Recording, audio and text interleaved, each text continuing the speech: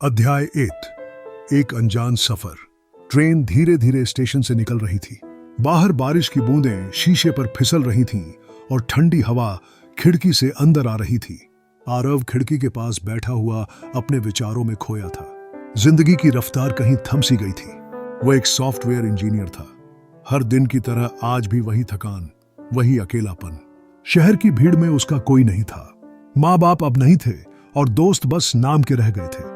Train झटके से रुकी। कुछ लोग उतरे, कुछ चढ़े। आरव ने नीचे देखा। उसके पास वाली सीट पर एक छोटी लाल रंग की डायरी पड़ी थी। कवर पर फूलों की कढ़ाई, किनारों पर थोड़ी सी धूल और बीच में सुनहरे अक्षरों में लिखा था माय सीक्रेट्स अनन्या। वो चौंक गया। शायद किसी लड़की की थी जो जल्दी में भूल गई होगी। अध्याय 2। पहली झलक। आरव ने डायरी खोली। पहले पन्ने पर लिखा था, अगर कोई इसे पढ़ रहा है तो इसका मतलब है कि मैं अब वहां नहीं हूं जहां पहले थी। उसका दिल जोर से धड़क उठा। किसी अजनबी की जिंदगी की झलक, और वो भी ऐसे शब्दों से शुरू। उसने आगे पढ़ा, मेरा नाम अनन्या है। लोग कहते हैं मैं बहुत हंसमुख हूं, लेकिन सच्चाई ये है कि मैं अंदर से टूट चुकी हूं। हर मुस्कान के पीछे एक कहानी है जो शायद किसी ने कभी सुनी ही नहीं।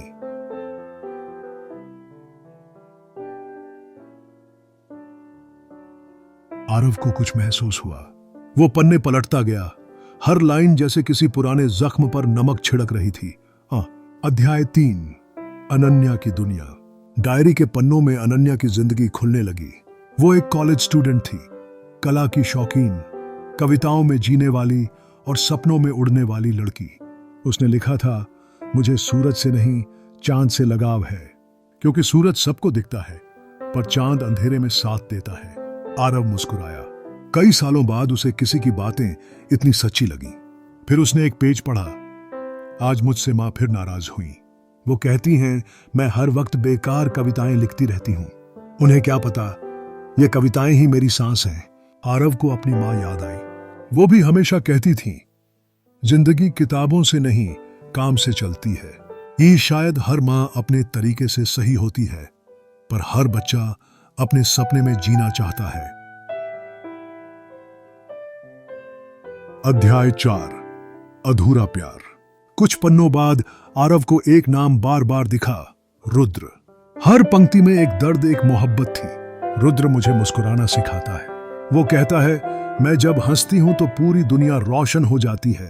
काश उसे पता होता कि मैं कब की अंधेरे में डूब चुकी हूं।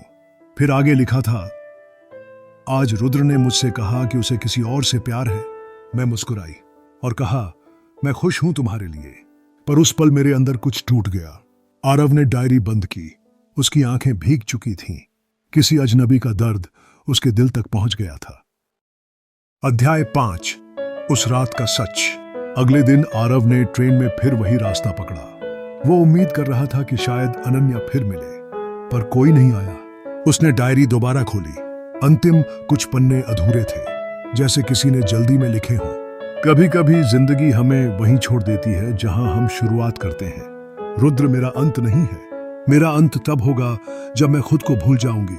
फिर अगले पन्ने पर सिर्फ इतना लिखा था, अगर कोई यह डायरी पढ़ रहा है तो प्लीज मेरी आखिरी बात दुनिया तक पहुंचा देना कि प्यार सिर्फ पाने का नाम नहीं, बल्कि छोड़ने का साहस भी है। पन्ना वहीं खत्म था।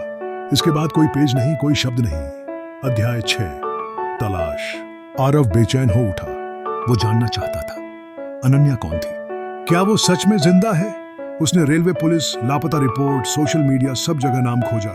एक दिन उसे एक पुराना ब्लॉग मिला, अनन्या की कविताएं। उसमें वही शब्द थे जो डायरी में थे। आखिरी पोस्ट की तारीख थी 15 फरवरी 2019 और आखिरी लाइन थी, अब वक्त है खुद से मिलने का। आरव के हाथ कांप गए। वो समझ गया शायद वही आखिरी दिन था। अध्याय 7। मुलाकात जो कभी नहीं हुई। कुछ महीनों बाद आरव उसी ट्रेन से उसी रास्ते पर फिर गया। सर्दी की सुबह थी। धुंध चारों ओर फैली हुई। वो उसी सीट पर बैठा जहां उसे डायरी मिली थी। उसने डायरी खोली। आखिरी पेज पर लिखा, अनन्या, जहां भी हो मैं तेरी कहानी दुनिया तक पहुंचाऊंगा। तभी ट्रेन में एक लड़की उसके सामने आकर बैठी। उसके हाथ में वही तरह की लाल डायरी थी। आरव हैरान रह गया।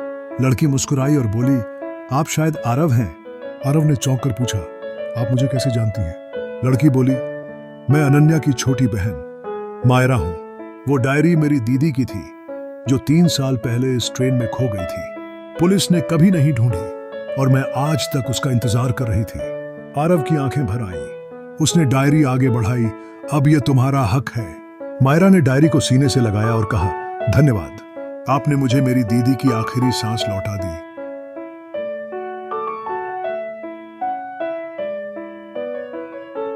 अध्याय 8, नया पन्ना। कुछ हफ्तों बाद मायरा और आरव अक्सर मिलने लगे। वो दोनों मिलकर अधूरी डायरी नाम से एक किताब पर काम करने लगे, जिसमें अनन्या की सारी कविताएं और उसकी कहानी थी। किताब छपी और पहले ही हफ्ते में हजारों लोगों ने उसे पढ़ा। हर किसी ने कहा, हम सब की जिंदगी में कोई न कोई अधूरी डायरी होती है। अध्याय 9, पूर्णता। एक शाम जब सूरज डूब रहा था, मायरा ने आरव से पूछा, क्या तुम्हें कभी लगा कि अनन्या की कहानी अधूरी रह गई? आरव ने मुस्कुराते हुए कहा, नहीं, अब वो अधूरी नहीं, क्योंकि उसकी कहानी अब लोगों के दिलों में जी रही है। मायरा की आंखें नम हो गईं। वो बोली, शायद दीदी को भी यही चाहिए था कि कोई उनकी आवाज बने। आरव ने आसमान की ओर देखा। सूरज की आखिरी किरण जैसे मुस्कुरा रही थी। उसे लगा अनन्या कहीं वहीं है और कह रही है, धन्यवाद, मेरी कहानी अधूरी नहीं रही। अंतिम पंक्तियां। जिंदगी की हर डायरी में कुछ पन्ने अधूरे रह जाते हैं। कुछ लोग चले जाते हैं, पर उनके शब्द हमेशा जिंदा रहते हैं। अनन्या भी चली गई, पर उसकी अधूरी डायरी अब हजारों दिलों में पूरी हो चुकी थी। समाप्त।